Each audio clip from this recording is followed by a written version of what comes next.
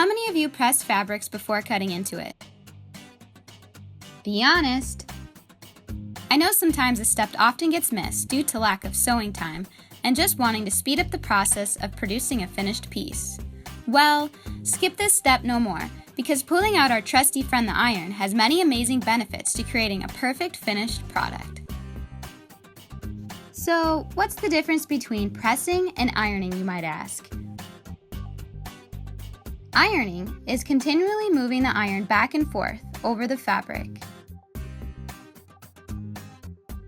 Pressing is picking the iron up and down over the wrinkled areas that need a good press and occasionally letting out some steam to get those pesky wrinkles out. Moving your iron back and forth can sometimes lead to distortion and stretching of the fabric, especially on lightweight fabrics and stretchy knits. The first step to perfectly pressed fabric is to test your fabric to make sure you have the proper heat setting, because there's nothing worse than burnt, distorted fabrics. When you are working with delicate fabrics like rayon, it's important to change the heat settings accordingly. A pressing cloth works great for delicate fabrics. I am working with the Laura Star iron, which comes with a great soft pressing sole plate which easily snaps on and off. This plate allows me to iron my delicate fabrics without worrying about the fabric sticking to the iron or losing its shine. How many of you have fabric that looks like this? To get all those unwanted wrinkles out, using a pressing spray can cut your pressing time in half. I used Flatter Pressing Spray by Soak. Spray fabric evenly and enjoy the yummy scent as you press your fabric by slowly picking up and down your iron until you have gotten out all the wrinkles from your fabric. Your wrinkles are out and it's time to get sewing. Pressing doesn't stop here. It's very important to press as you go. It might be one of the main reasons your projects don't come out how you planned. When you sew two pieces of fabric together, you create a seam.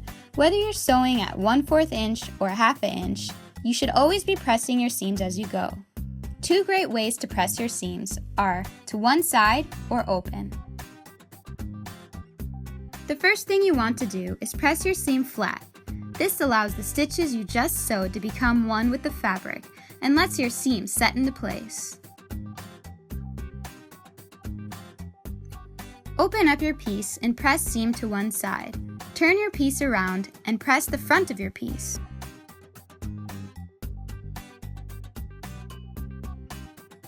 If you're sewing two sewn pieces together like these half square triangles, sew seams in alternating directions so seams will nest nicely into place and the points will match.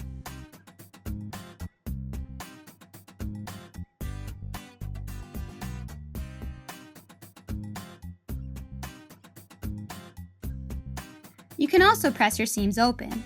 Always make sure to set your seam. Open up your sewn piece with your fingernail and finger press open. Use the tip of your iron to help you open up the seam and give your open seam a nice press. Turn piece to the right side and press again. Pay attention to the pattern instructions to find out the best way to press your seams for the project you are working on. Pressing your seams to one side may result in bulkier seams, but I love how they nest into place as you sew.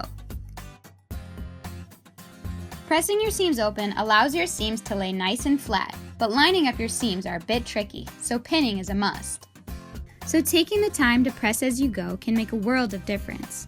Ultimately, your project will come out without puckers, your seams will match, and your fabric won't look wavy or distorted. Of course, like all things, practice makes perfect. Get to know your iron and see how it can help you improve your sewing. Make sure to subscribe to our channel for fun fabric videos, sewing tutorials, and so much more.